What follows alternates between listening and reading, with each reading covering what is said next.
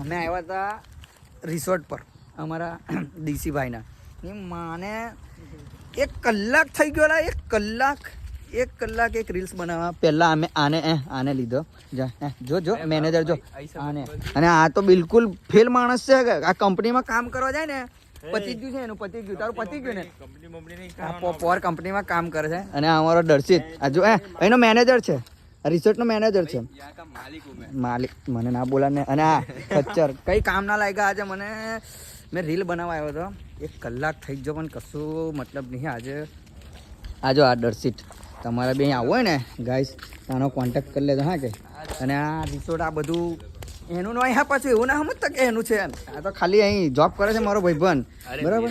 समझ लेना. जाने जाने आवे जूठा. हाँ अंदर से दिखाते हैं गाइस तुमको, देखो. अरे भाई